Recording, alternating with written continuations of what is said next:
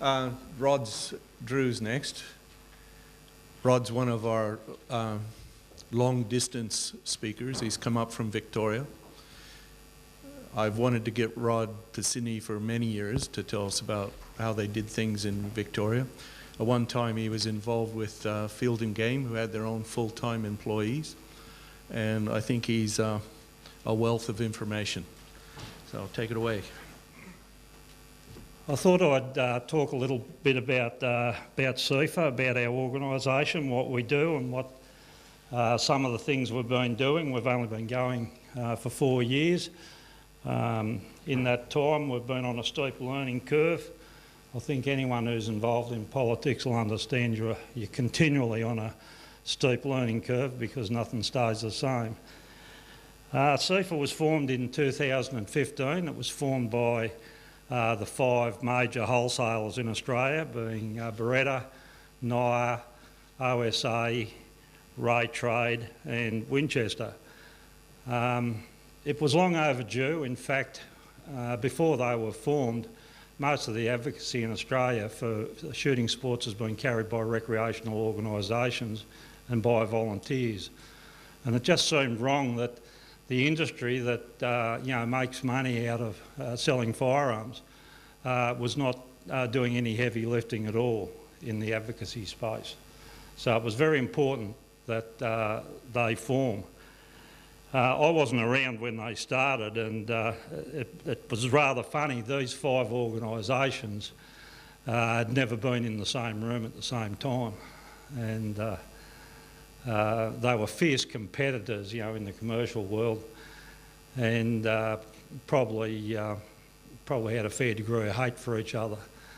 It took them about 2 years to work their way through a plan and to get a strategy together and actually develop a business model of how it might work. But during that time, they came closer together. Mind you, outside of the meetings, they were still trying to rip off each other's agencies and still trying to steal each other's staff and all that stuff you do anyway. But when they came together, as an industry, they were all on the same tune. They were all on the same wavelength. And that's increased over time. They've been going nearly 4 years now. So I was working for Field and Game at the time, and they approached me and asked me if I would be interested in taking on the role to get this new industry association up. So I started with them at the end of 2015. So the purposes are really to inform and educate. We do a lot of research. We also do a lot of advocacy, and that includes political campaigns. I'll talk more about each of these. Safety, and also we have quite an extensive communications profile to what we do. To represent and advocate, we spend a lot of time in Canberra, and that's because on the industry side, anyone who imports, nearly all the laws you're dealing with are federal. So most of our work is in Canberra, but we do work in the jurisdictions as well, with police mainly, around firearm laws. So we do work all over the country, but the majority of it is in Canberra. We meet with politicians, we meet with media, we do a lot of work with media, do a lot of work with agency staff. Our main agencies that we deal with regularly are Border Force, Australian Federal Police, Australian Criminal Intelligence Commission, and to a smaller degree, Department Sport and Recreation, and also Agriculture. So they're the main sort of agencies we deal with, but probably the most work we do is with Border Force and anything that comes under Home Affairs, which is where all the legislation that impacts on our industry is held. It's been hard yards in Canberra over this term of government. We've had continual changes of minister. The Firearm Industry Reference Group that was run under the previous government didn't have its first meeting till just before Christmas. So, there was 2 years where we had no formal consultative links with government. During that time, we started off with Michael Keenan. We didn't get on very well with him, and he certainly wasn't trying to help us. In fact, he was quite anti-gun. Then we had Angus Taylor, who was the next minister, but he was really only in that role for a short time. And then when Turnbull got outed, we then ended up with another one, being Peter Dutton, who then handed down to his assistant minister, being Linda Reynolds. Senator Reynolds is Western Australia and an ex-military person, and we've found her actually quite good to deal with. But the trouble is she's going to run out of time. She had a first meeting with us before Christmas. She's got a plan. She wants to do things. We're having another meeting with her on the 4th of March, and then there'll be an election probably called shortly after that, and if all the experts are right, we'll have a change of government, so we start again. And that's just the nature of the beast. You're just in that continual environment of constant change. And of course, while that's happening, the bureaucrats read this really well. The bureaucrats really, really understand the political wind. So we haven't been able to get sense out of the bureaucrats for about 6 months because they're in election mode and they're already writing briefing papers for the next government. So, they're not really listening to your concerns at all, and quite frankly, they're not listening to their minister because they know damn well she won't be around. So that's the sad reality of what we deal with on a daily basis. We do a lot of briefings with politicians in Canberra, and we try to meet with all sides of politics, except the Greens, although we do drop our material into their office, which then you see remarks on social media about the gun lobbies in town. But we like to do professional documents when we go and talk to politicians. We don't just go in and talk, we give them something to take away, something to read, and we try and keep it simple. A lot of what we're trying to achieve from an industry perspective in Canberra is really not about legislative change. Some of it is. We'd certainly like to see changes made to the custom and prohibited imports regulations, and we'd also like to see the NFA amended. But at the end of the day, from an industry, really all we want is red tape cut to be able to do our commercial business. Just to give you an idea, if one of our members applies to bring in a shipment of firearms, it takes 10 weeks to get the approval done, 10 weeks. And these people are importing stuff all the time. They're well known to the bureaucrats in Canberra. Their paperwork is faultless because they're doing it all the time. They know exactly what the process is, and it takes 10 weeks. 10 weeks to get approved. And when you challenge them on that, they say, oh, well, we've got to look at it and make sure it's right, and we've just got to tick the boxes. And they've got one delegate who signs off on behalf of the minister, and he handles every import of a firearm into Australia, one bloke. And he's holding all the cards. And then, of course, he goes on holidays every now and again, or has a bit of stress leave or whatever. And then you don't get your permits approved. So you finally get your permits approved and you finally get your shipment on its way from Europe or America, and when it lands in Australia, it goes straight into the bond store of our directors. So it goes straight to Winchester or straight to Beretta, and it goes into a bond store. But they're not allowed to touch that cargo. It stays there until such time as Border Force come along and check the serial numbers of every firearm. Now that used to take about 7 to 10 days. That's now out to 8 to 9 to 10 weeks. 80% of all the firearms in Australia come through Melbourne, and the Melbourne cell of Border Force just can't keep up with it. What used to happen years ago, they used to have a dedicated section in Border Force that actually handled firearms. And these were the people who understood the system, and as soon as the shipment came, they went out and checked them off. But now the whole Border Force workforce is just one. So you might be, if you're a Border Force employee, you might be sent to the airport to check passenger cargo today. The next day you might be out checking guns. So you've got people who really don't know what they're doing. And we used to open the boxes. Our people would open the box, unpack every firearm and hold it out to them so they can see the serial number. You're not allowed to do that anymore. So it's just ridiculous. The red tape that's crept into the system, and all this slows everything down. Not to mention the cost of business. I mean, millions of dollars sitting there, you can't sell it. You've got customers ringing up, going berserk because they can't get their guns. So, you know, I'm starting to lean more towards conspiracy theory. I really am.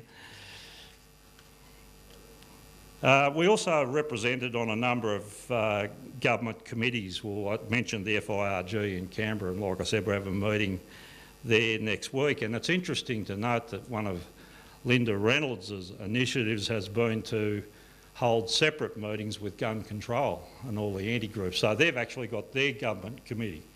So they meet, and we don't see them, and then we meet, and then the minister says, oh, I'm looking for common ground. I want common ground. You know, what bloody common ground is it? There's none. But the interesting thing is that apparently at a meeting that's planned for April, we'll be in the same room together, so I'm looking forward to that. Political campaigns, we're learning a lot about political campaigns. We've spent a lot of money on political campaigns and wasted a lot of money. Our first tilt was up in Queensland, where we ran a campaign up there called Flickham, and that was basically when we went against Labor and Liberal, went against both sides. And you can do that in Queensland because there's no upper house. And that particular campaign, we were one seat short of getting control of Parliament. Now, one seat short. But we did end up with more gun advocates in the Parliament, so that was a good thing. But it cost money, you know, and we spent $550,000 on that campaign. But we had, we were talking about partners before, and we had partners there. SSAA contributed money to it. We also had the taxi industry.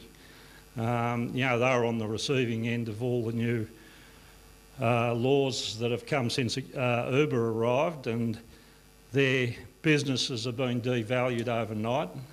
A lot of the older taxi drivers saw their licence as their superannuation, and now it's worth nothing. So we found a like-minded ally there from a totally different industry, and they come forward and helped us there. We've contributed money to campaigns in Tasmania, Western Australia, Victoria. Victoria, we took a big punt at the last election just right before Christmas and got our ass kicked severely. What we did there, we went hard and publicly against Labor, which normally you sort of don't do in politics. You don't sort of pick winners.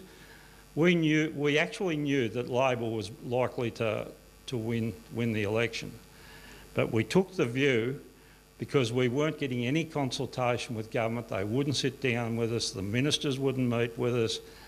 They wouldn't answer our correspondence. And we thought, stuff it. And we backed the Liberals, or told people not to vote Labor. And we put up big billboards and run radio and TV ads and so forth.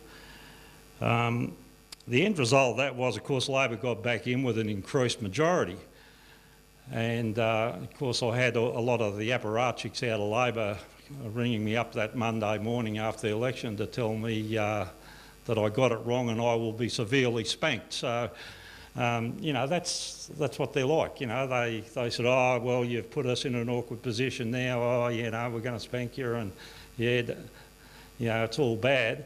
But the reality is that if ever they were going to get rid of duck shooting in Victoria, it could have happened this year, because they just won the election, big majority, take your hard decisions in the first few months. So they didn't ban duck shooting, and when Darren Hinch and a few of his mob who got into the upper house in Victoria started talking about banning duck shooting, Labor came out and the Liberals and said they won't be banning duck shooting. And then Labor gave a heap of extra money to the Game Management Authority. So, you know, if you want to look at the result overall, they might have got a fright that we put our money where our mouth is. We do know Labor's very transactional. And the other thing, of course, is whilst they've got a majority now, we all know that as time goes on, that majority will reduce, and by the time you get to another election, you know, in you know, 2 or 3 years, 3 years' time, you know, they'll be keen to talk to us then. That's our sort of thinking. If we hadn't have taken that stand, we think they wouldn't have the same amount of respect. But I might be wrong, and time will tell. So what with third-party campaigns, we sort of like the idea of that. You give money to politicians, and they all line up. Like the amount of letters I got coming over my desk at the moment, you know, from these Liberals mainly, asking for money for the federal election, and I'm here to help. And and yeah, I've always been on your side, and yeah, but it's insidious, and it's the same thing. It just happens every time there's an election. You get the letters again. You know, if you looked at the text, they're probably just the same one they wrote last time. But that's how it works. But we've found that giving money to people like that, especially a major party, because even if that particular person who writes to you, that particular member is on your side, doesn't mean his party is. And at the end of the day, they all fall into in behind the party line.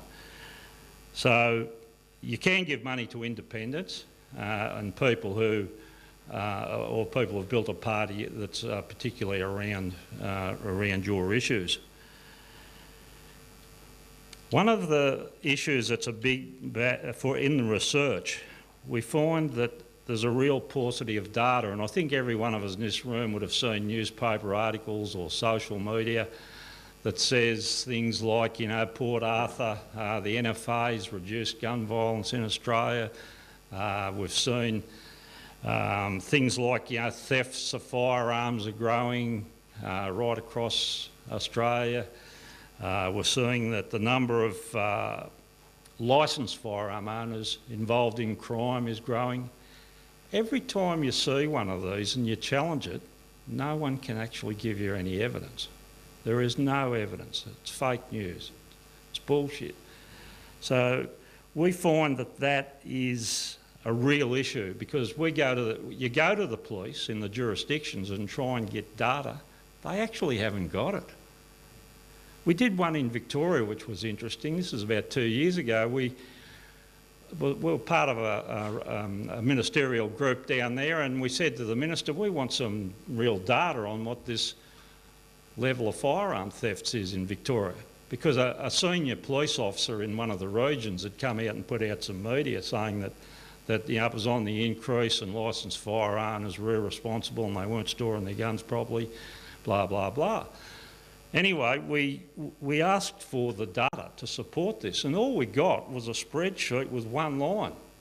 It had the period 2015 to 2016, Victoria, 2,282 guns stolen.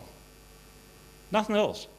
Nothing else. Not broken down by region, not broken down by firearms type, nothing. So we went back to the Crime Statistics Agency in Victoria and said, well, yeah, where's the rest of the data here? Where's the rest of your... Oh, well, we haven't really got any. That was just a desktop search. And I said, well, what sort of guns? Oh, everything that's a gun. Anyway, she had a bit of a look around and she said, yeah, it's got replica guns, it's got nail guns, it's got drenching guns, thefts from farms, thefts from out in the region, and this was, so I just did a word search. But she said, and she actually fessed up and said, look, we can't actually give you accurate statistics because the way police record the information in the first place is inadequate. And we can't tell you what type of gun was stolen, we can't tell you whether it was used in a crime, we can't tell you whether the gun was returned. We've got none of that. And that's what we're finding right across the country. But I'll give you another example, and this happened this week. How are we going for time, Dave? In Darling Harbour this week there was a crime and justice conference, and Laura, who works for me, went along to it, and it was put together by some criminal justice agency and also the crime statistics agency here in New South Wales.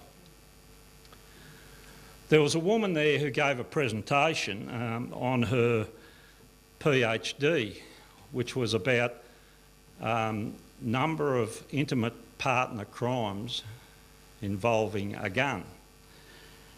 And in her address she spoke about the NFA and what a great thing the NFA was, and how the federal government had enacted all this legislation that's resulted in Australia being a much safer place and has reduced the probability of a firearm massacre by 90%. And so Laura stood up and said, who enacted all this legislation? Oh, the federal government. She said the federal government haven't enacted any legislation. It's all done in the jurisdictions. This is an academic. This was an academic conference. And this woman is standing up telling stuff that is clearly wrong. And if Laura hadn't have been there, no one would have brought it to account. And these are the academics that are consulted when governments are framing policy. Amazing.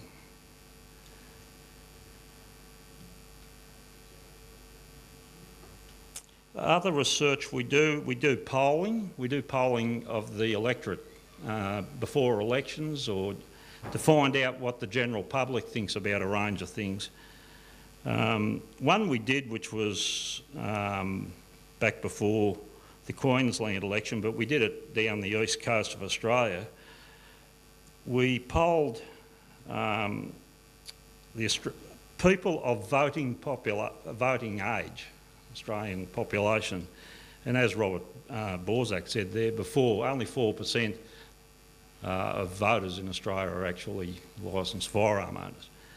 But some of the things we found out about that, and this is just from the general public, 68% do not support tighter gun laws. 86% of Australians think that we have much tougher gun laws than America. 23% would vote against tighter laws if it was an election issue. So that's your 4% plus partners, plus friends, plus people of a similar cultural mindset. But yeah, 62% do not support restricting current firearm choices, and 72% want gun laws, want consultation with experts. In other words, they want the industry and firearm owners consulted when governments are forming policy.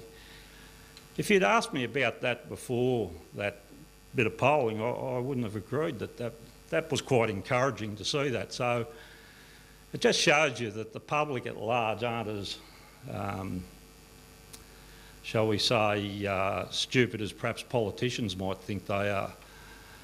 But we found that to be a fairly useful, bit of research. We've also did a survey of Victorian dealers after the O'Reilly's robbery there last year. Remember when all the handguns were taken? And we had to act quickly there because police contacted us and they were going to bring in some fairly draconian new regulations for firearms dealers. And this was an opportunity for us to be on the front foot.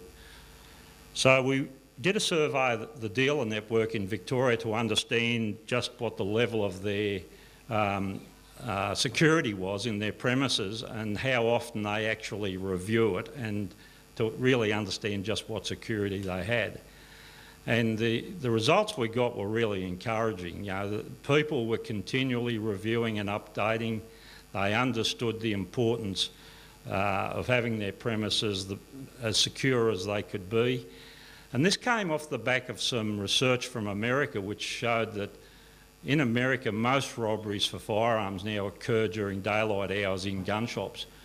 It's easier to go in and rob a gun shop than it is to break into someone's house at night. At least with a gun shop you can go in there during the day and case it out and check it out for many weeks beforehand and then go in and knock it over. So there is an increased awareness amongst dealers that they need to be on top of it. So we went back to the police with this, and then we decided to get some behavioural awareness experts in, and we produced an online course that dealers and their staff can undertake, which is basically about how to be aware of what goes on in your shop, the sort of people and the sort of character traits they'll exhibit if they're in there trying to knock your place over, or if they're in there casing it. And it turns out with this one at O'Reilly's, they used to pull up out the front with a van, and they were in the back of the van, and it had tinted one-way glass, and they used to photograph in the shop. And they did this for a week or so, before the robbery. Then they'd been in the shop. They knew how many steps, they were counting steps, from different parts of the shop to the exit.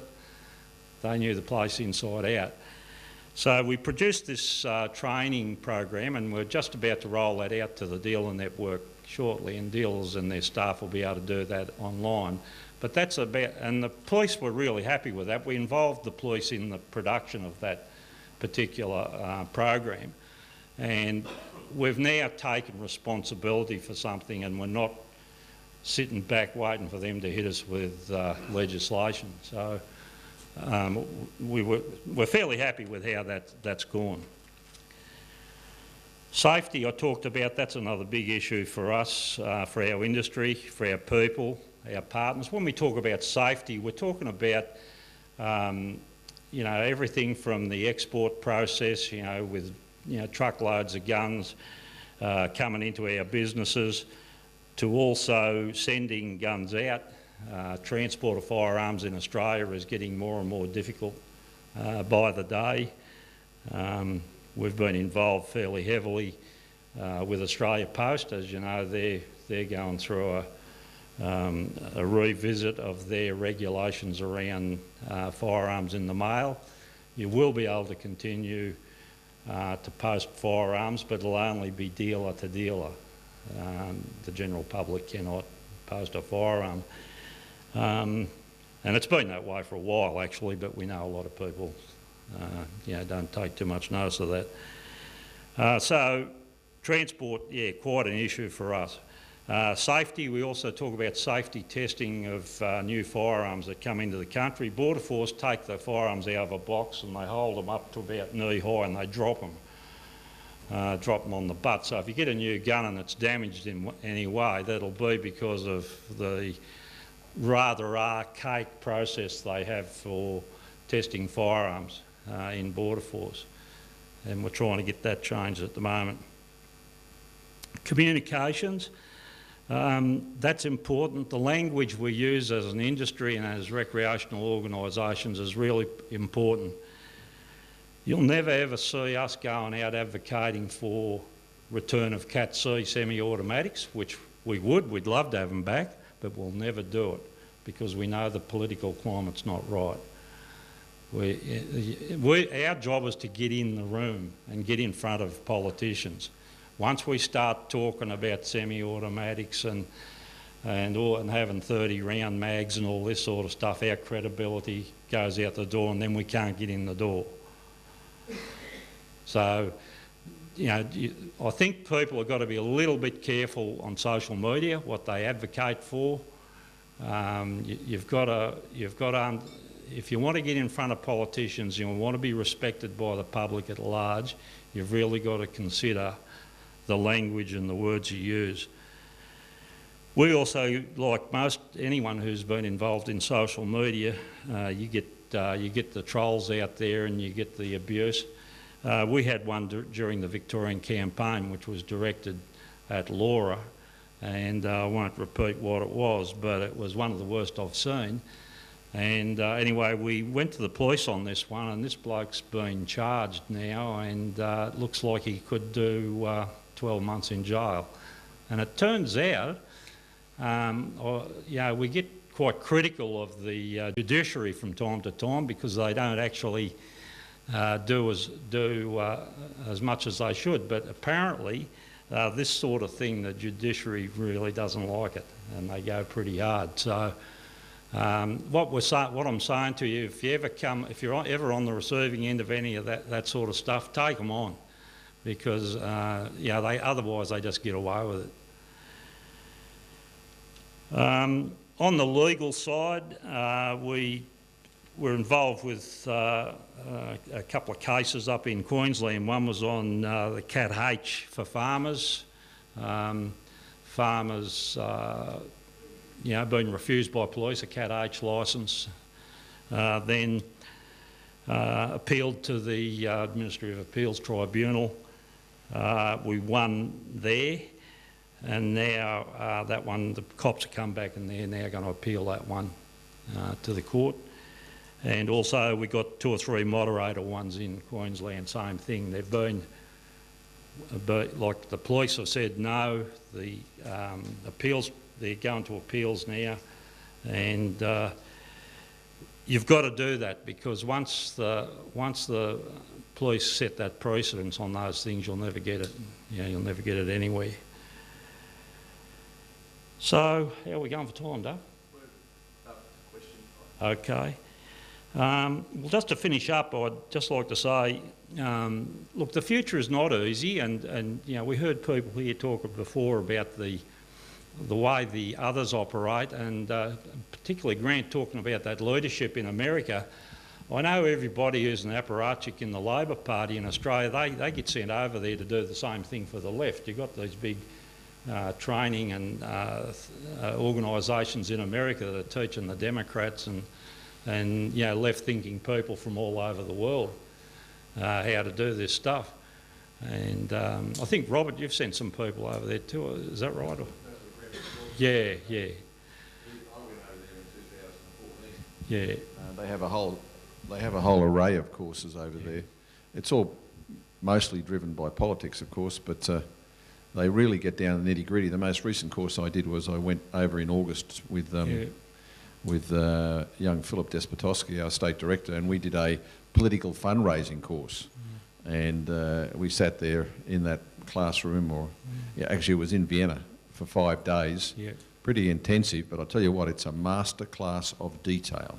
Yeah. The Leadership Institute itself, since it started 22 years ago, has raised by donations, and every penny's gone back into it, of course, over $350 million US.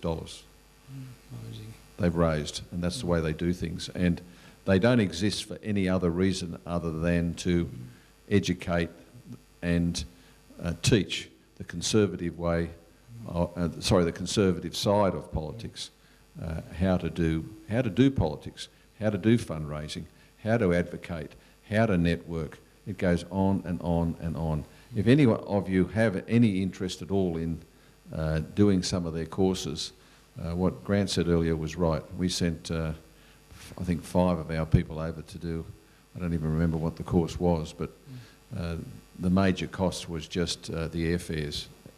If anyone's got any interest, Google up Leadership Institute, Washington DC. They have a large array of courses, and you might see something there that you might want to go and do and learn. It's applicable not just to politics, it's applicable to a way of thinking. Thanks, Robert. Doug, I'd just like to thank you and GameCon for putting on this forum. I think we've got to do more of this. One of my failings when I was at Field and Game, I tried to get a sort of an annual conference of this type with major organisations, but I just couldn't get it up. And you know, there's a couple of major organisations that didn't want to play. But I think we've got to do this. You know, we've got to do this more often. We've got to bring people together and talk about these issues and actually work towards actions. And just one final thing, I want to use this opportunity to convey my thanks and my bosses and also Field and Game's thanks to Robert Brown for his contribution to the shooting sports over a long period of time. I met Robert well before he was in the Parliament, and what a wonderful advocate for the shooting sports. And I remember when Robert wrote a paper trying to get the Pittman-Robinson model here in Australia all those years ago. But Robert, you've been absolute fantastic, and you're going to be sadly missed by everybody in the shooting sports. So thank you very much. I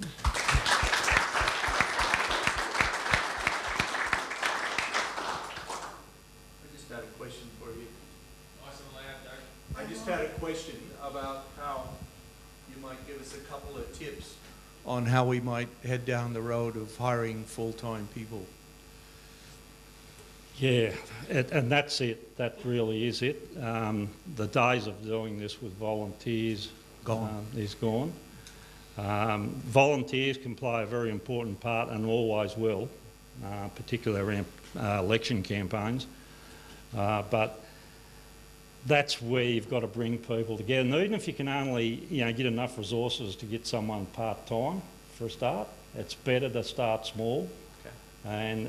And the selection of the right person. You want someone who's a real go-getter and who will actually put a lot of effort into how he can raise funds, particularly if you give him an incentive to do that, because you've just got to, you look at all our opponents, they've got a lot of people. I always talk about the Greens. The Greens, all the Green type people have a parliamentary wing called the Greens Party. They have a communications wing called the ABC. And so, that's the scale they're operating on. And then, of course, the Guardian with their digital. So, we've got to start small. You've got to get someone that will bring other people together and not just shooters. You've got to really look at those other groups out there that are affected by bad government policy. And just one bit of information, there's a guy here in New South Wales who runs Clubs in New South Wales. I went to a function where he was giving a speech, and he had a PowerPoint presentation, and he had all these little cartoons of blokes with guns.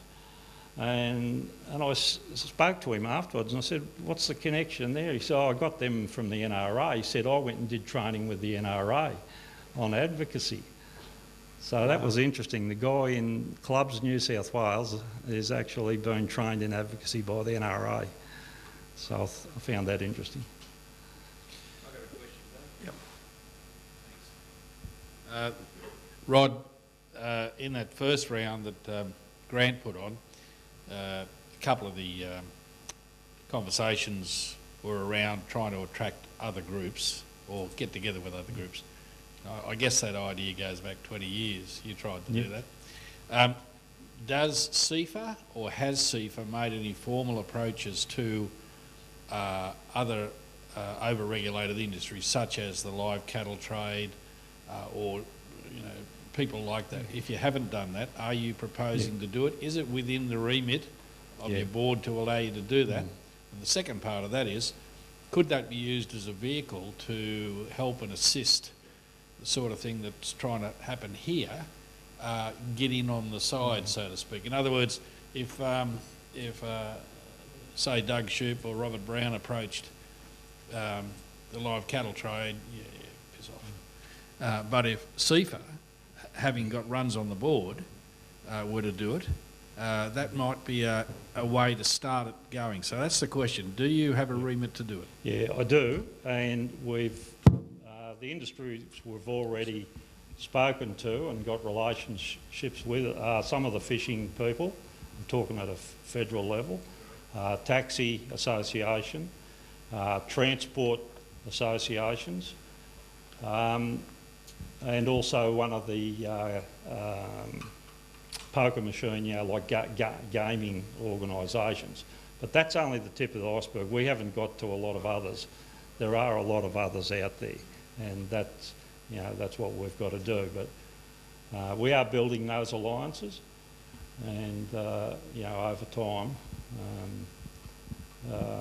we've just got to keep at it. There's not many of us. This organisation I work for, there's only me and a PA, plus I've got a comms person. We do outsource some stuff, particularly all our graphic design and content management.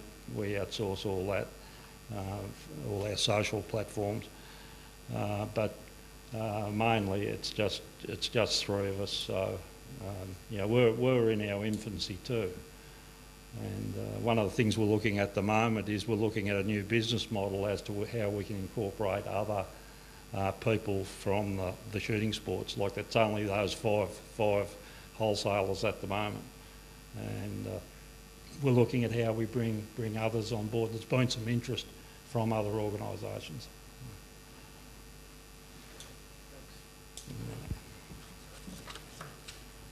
Thank you. And look, I've got to apologise too. I've got to actually leave to get back to Melbourne. I didn't realise this was going on till later. So thanks very much for allowing me to speak, and I wish you well with the rest of your discussions this afternoon. And when you've worked out how to solve the problems of the world, let me know.